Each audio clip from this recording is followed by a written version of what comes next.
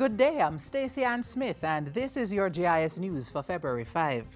Government is anticipating long-term economic benefits from local deposits of rare earth elements. Plans to explore the full potential of these elements took another step with a groundbreaking ceremony for a red mud plant in St. Andrew on Monday. Prime Minister Portia Simpson-Miller says the possibilities are endless. It provides Jamaica with an opportunity to significantly boost its export earnings. It has prospects for downstream activities and the deepening of linkages in the economy. Under a pilot project, rare earth elements will be extracted from Jamaica's red mud, which can be used in a number of sectors, including the electronics and ICT industries. Representatives of Japanese aluminium company Nippon Light Metal were on hand for Monday's ceremony. The company will be investing some $3 million in buildings and equipment to set up the plant. Laboratories as well as a temporary waste storage area will be constructed and work will begin on stockpiling an area for red mud and acid. If economically viable, the project can pull investors to Jamaica while positioning the island as a major export hub for rare earth elements. Meanwhile, the Prime Minister is assuring Jamaicans that the Rare Earth Elements project has met acceptable environmental standards. She's adamant that the development of Jamaica's economy cannot be at the expense of the environment. The JBI has an enviable track record of expertise and has always sought to ensure that development of our mineral sector is not at the expense of environmental soundness.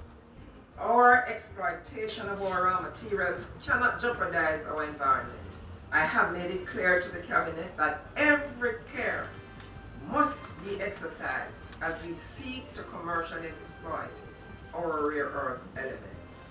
A team from the International Monetary Fund (IMF) is currently in Jamaica for a final round of discussions with the Ministry of Finance. In a release, the ministry said the aim was to reach a staff-level agreement for a letter of intent to the fund. The letter of intent will form the basis of Jamaica's efforts to get a 4-year extended fund facility at the earliest possible time. However, the IMF will have to agree on the prior actions that Cabinet has already signed off on, and Jamaica will have to execute those actions. The visit by the IMF team headed by Jan Keys Martin is expected to end on February 15. Government and finance officials have been engaging in extensive discussions with the fund as part of efforts to secure an agreement with the Washington-based multilateral agency. The Ministry of Agriculture and Fisheries has launched a beekeeping project in St. Mary as part of efforts to increase honey production.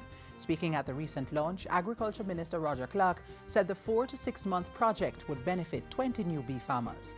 The Rural Agricultural Development Authority will train the farmers, while a portion of the Constituency Development Fund for St. Mary Western will fund the project. In beekeeping,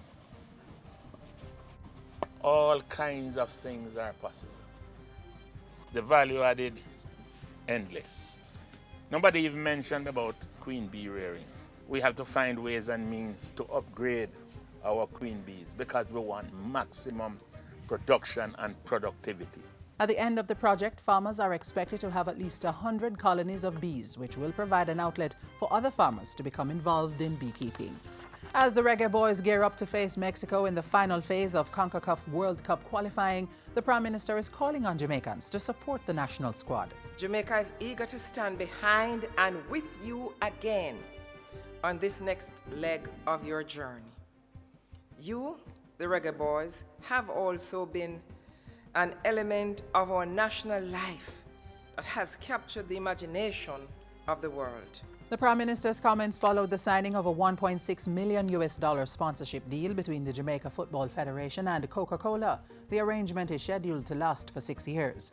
Mr. Simpson-Miller thanked Coca-Cola and its local distributor Wisinco for supporting Jamaica's football program.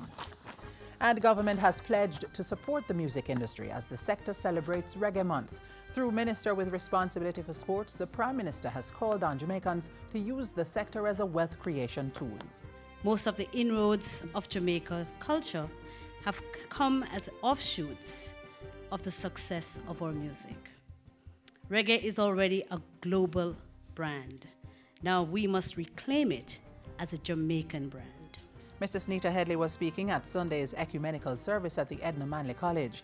More information on Reggae Month activities can be found online at jariajamaica.com or by calling the offices of the Jamaica Reggae Industry Association at 849-9560. And that's it for GIS News Today. I'm Stacey Ann Smith. Thank you for watching.